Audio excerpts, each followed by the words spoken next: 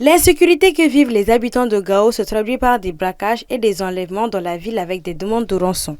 Cela faisait longtemps que ces 4 braquages dans la région n'avaient pas été signalés. Cependant, selon des sources locales contactées par nos soins, ceci aurait repris depuis maintenant 2 jours.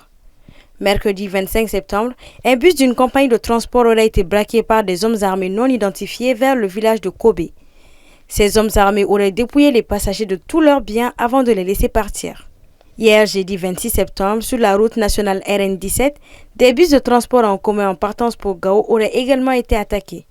Dans le cas spécifique d'hier, les passagers auraient été frappés et dépouillés de tous leurs biens par les assaillants.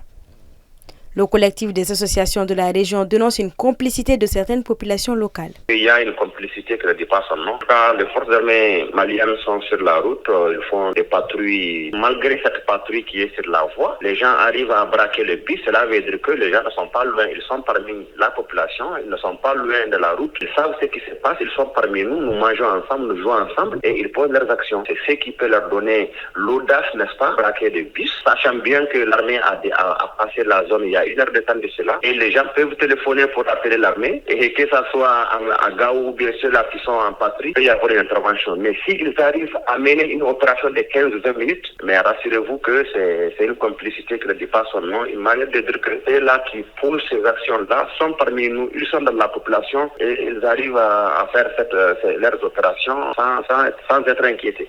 À noter qu'au total, ce sont 3 cas de braquage qui ont été recensés dans la région depuis le début de la semaine, nous confirment des sources locales.